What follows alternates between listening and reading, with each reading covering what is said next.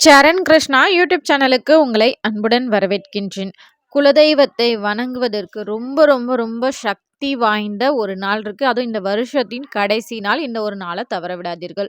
அது எந்த நாள் அப்படிங்கிறத பற்றி தான் இந்த வீடியோவில் தெளிவாக நம்ம பார்க்க போகிறோம். நம்ம சேனலில் உள்ள வீடியோவை ஃபஸ்ட் டைம் நீங்கள் பார்க்குறீங்க அப்படின்னா மறக்காமல் நம்ம சேனலை சப்ஸ்கிரைப் பண்ணி வச்சுக்கோங்க. நம்ம சேனலில் தொடர்ந்து குலதெய்வ பதிவுகள், ஆன்மீக தகவல்கள் வந்து கொண்டே இருக்கும். வாங்க வீடியோக்குள்ளே போகலாம். நம்ம சேனலை தொடர்ந்து பார்க்குறவங்க எல்லாத்துக்குமே தெரிஞ்சிருக்கும்.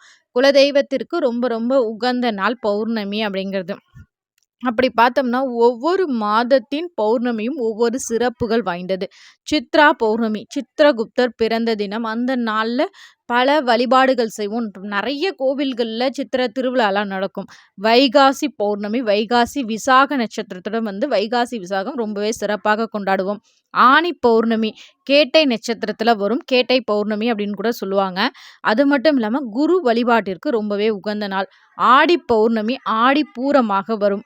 ஆவணி பௌர்ணமி ஆவணி அவிட்டத்தோடு வரும். புரட்டாசி பௌர்ணமி மகாலயபட்ச காலத்தின் பௌர்ணமியாக வரும். ஐப்பசி பௌர்ணமி அன்னாபிஷேகம் சிறந்ததாக இருக்கும். கார்த்திகை பௌர்ணமி கார்த்திகை தீபத்தோடு வரும். மார்கழி பௌர்ணமி ஆருத்ரா தரிசனத்தோட வரும். தை பௌர்ணமி தைப்பூசத்தோட வரும். மாசி பௌர்ணமி மாசி மகத்தோட வரும்.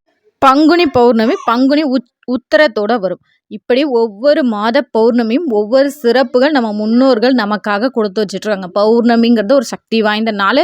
அதை யாரும் தவற விடாதீங்க. இந்தந்த நாளில் தெய்வ வழிபாட்டில் முழுமையாக இருங்க அப்படிங்கிறது நம்ம முன்னோர்கள் காலத்திலிருந்தே நமக்கு சொல்லப்பட்டு இருக்க ஒன்று. அப்படி இருக்கும்போது இந்த வருடம், அதாவது விஸ்வாவசு வருடத்தின் கடைசி ரொம்ப சக்தி வாய்ந்த நாள் பங்குனி உத்திரம். பங்குனி உத்திரம் எப்போ வருகின்றது அப்படின்னு பார்த்தீங்கன்னா ஏப்ரல் மாதம் 1ஆம் தேதி 2026 வருகின்றது. இன்னும் கரெக்டாக 11, இன்றையும் சேர்த்தோம்னா 11 நாள் இருக்கும்.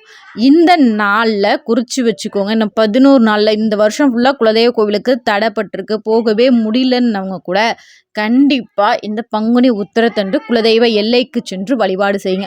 இல்லைங்க குலதெய்வ கோவிலுக்கெலாம் எங்களால் போகவே முடியாதுங்க, பிள்ளைங்களுக்கு எக்ஸாம் நடக்குதுங்க, நாங்கள் என்னங்க பண்ணுறது அப்படிங்கிறப்ப இவ்வளோ நாள் நீங்கள் குலதெய்வ வழிபாடு செய்யலைனாலும் இந்த பங்குனி உத்திரத்தன்று உங்கள் வீடை முழுமையாக சுத்தம் பண்ணி உங்கள் வீட்டில் குலதெய்வத்திற்கு படையல் போட்டு குலதெய்வ வழிபாடை கட்டாயம் செய்யுங்கள்.